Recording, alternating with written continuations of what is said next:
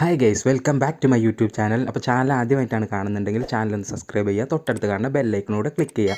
Video ഇഷ്ടമായി കഴിഞ്ഞാൽ like ചെയ്യുക, കൂട്ടുകാർക്കൊക്കെ ഷെയർ ചെയ്ത് കൊടുക്കുക. അപ്പോൾ നമുക്ക് നേരെ വീഡിയോയിലിട്ട് വിട്ടാലോ. നമ്മൾ ഇന്ന് നോക്കാൻ പോകുന്നത് നമ്മളെല്ലാവരും മോസ്റ്റ്ലി യൂസ് ചെയ്യുന്നൊരു ആപ്ലിക്കേഷനാണ് വാട്സപ്പ്. അപ്പോൾ വാട്സപ്പിൽ മെറ്റ AI എന്നിട്ടുള്ളത് നിങ്ങളെല്ലാവരും കണ്ടിട്ടുണ്ടാവും. നിങ്ങൾ ഒരുപാട് പേര് അത് യൂസ് ചെയ്യുന്നുണ്ടാവും, പല കാര്യങ്ങൾക്ക് വേണ്ടിയിട്ടൊക്കെ യൂസ് ചെയ്യുന്നുണ്ടാവും. അപ്പം ഞാൻ മെറ്റ AI വെച്ചിട്ട് എന്തൊക്കെ കാര്യങ്ങളാണ് ചെയ്യുന്നതെന്ന് നിങ്ങൾക്കൊന്ന് കാണിച്ചു തരാൻ വേണ്ടിയിട്ടാണ് ഈ വീഡിയോ ചെയ്യുന്നത്. അപ്പോൾ നമ്മൾ വാട്സപ്പ് ഓപ്പൺ ചെയ്യാം. അപ്പോൾ അതിലിങ്ങനെ മെറ്റ AI സെർച്ച് ചെയ്ത് കഴിഞ്ഞാൽ കിട്ടും, അല്ലെങ്കിൽ നമ്മുടെ ചാറ്റിൻ്റെ മുകളിൽ തന്നെ ഇങ്ങനെ റൗണ്ടിൽ കാണുന്നുണ്ടാവും മെറ്റ AI. അപ്പോൾ നമ്മൾ അതെടുത്ത്, ഇപ്പോൾ ഞാൻ മോസ്റ്റ്ലി യൂസ് ചെയ്യുന്നത്, ഇപ്പോൾ ഞാൻ വീഡിയോ കാര്യങ്ങളൊക്കെ എനിക്ക് എഡിറ്റ് ചെയ്യുന്ന കാര്യങ്ങളൊക്കെ ഭയങ്കര ഇൻട്രസ്റ്റ് ഉള്ളതാണ്. അപ്പം നമ്മുടെ മനസ്സിൽ ഒരു പാട്ടുണ്ടാവും, ആ പാട്ടിനനുസരിച്ച് നമുക്കൊരു പിക്ചർ ഉണ്ടാവും നമ്മുടെ മനസ്സിൽ. അപ്പോൾ അത് ചിലപ്പോൾ നമ്മൾ പല ആപ്ലിക്കേഷൻ, ഇപ്പോൾ പിൻട്രസ്റ്റ് ആയിക്കോട്ടെ അല്ലെങ്കിൽ ഗൂഗിളിലൊക്കെ നമ്മൾ സെർച്ച് കഴിഞ്ഞാൽ ആ റിസൾട്ട് ഒഴിച്ച് ബാക്കി എല്ലാ റിസൾട്ടും നമുക്ക് കിട്ടും. അപ്പോൾ നമ്മുടെ മനസ്സിൽ ഉദ്ദേശിച്ച അതേ പിക്ചർ കിട്ടാൻ ഭയങ്കര പണിയായിരുന്നു. അപ്പോൾ ഈ AI വന്നതോട് കൂടിയിട്ട് അത് ഭയങ്കര ഈസി ആയിട്ട് മാറി. അപ്പോൾ ഒരുപാട് എഡിറ്റേഴ്സിനൊക്കെ വളരെ യൂസ്ഫുൾ ആയിട്ടുള്ള ആ ഒരു ഫീച്ചറാണ് ഇതിൽ എനിക്ക് ഏറ്റവും ഇഷ്ടം. ഇപ്പോൾ എനിക്ക് ബീച്ചിൽ ഇരിക്കുന്നൊരു മലയാളി പെൺകുട്ടി, ഒരു ചെറിയ പെൺകുട്ടി, അതാണ് എൻ്റെ മനസ്സിലുണ്ടായിരുന്നത്. അപ്പം ഞാൻ നേരെ ഇതിൽ ടൈപ്പ് ചെയ്തു, I want a Kerala baby girl sitting on a beach.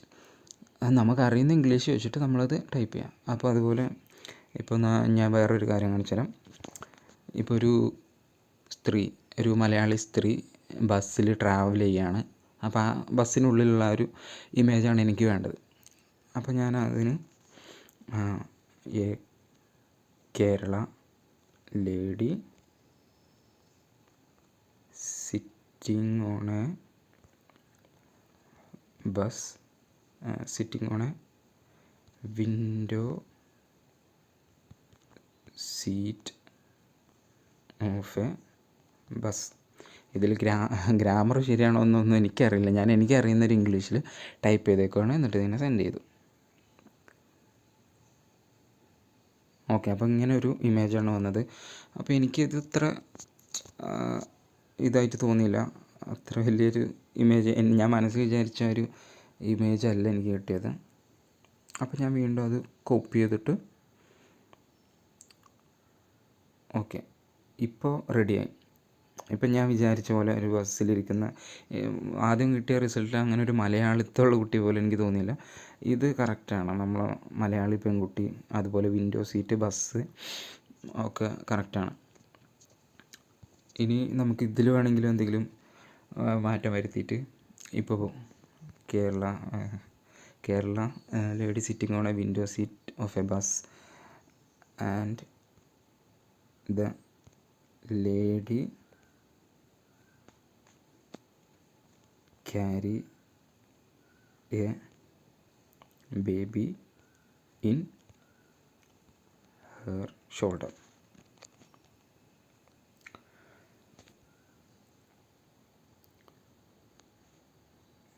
Okay, അപ്പോൾ നമ്മൾ ഇങ്ങനെ നമ്മളെ മനസ്സിൽ തോന്നുന്ന കാര്യങ്ങളൊക്കെ നമുക്കറിയുന്ന ഇംഗ്ലീഷ് വെച്ചിട്ട് ടൈപ്പ് ചെയ്യും. ഇതിൽ ഗ്രാമർ മിസ്റ്റേക്കും കാര്യങ്ങളും അങ്ങനെയൊക്കെ ഉണ്ടാവും, പക്ഷേ നമുക്ക് റിസൾട്ടാണല്ലോ മെയിൻ.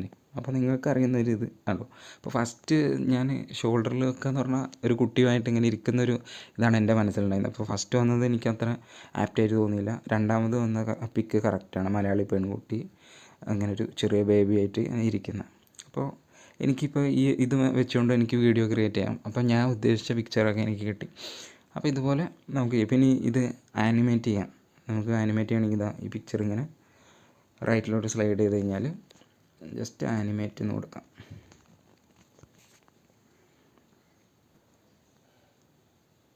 കണ്ടോ, ജസ്റ്റ് നമുക്ക് ആ ഒരു ആനിമേഷൻ കിട്ടി. ഇത് നമുക്ക് എല്ലാ ഇമേജസിലും ചെയ്യാം. ജസ്റ്റ് ഇങ്ങനെ റൈറ്റിലോട്ട് സ്ലൈഡ് ചെയ്യുക, ആനിമേറ്റ് കൊടുക്കുക.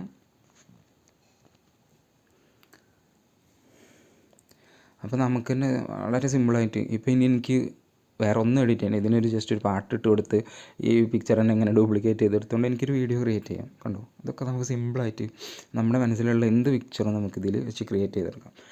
പിന്നെ അതുപോലെ ഞാൻ ഏറ്റവും കൂടുതൽ യൂസ് ചെയ്യുന്ന, നമുക്കെന്തെങ്കിലും സോങ്ങും കാര്യങ്ങളൊക്കെ ഇതിൽ സെർച്ച് ചെയ്യാം. ഇപ്പോൾ ടോപ്പ് ട്രെൻഡിങ് മലയാളം സോങ്,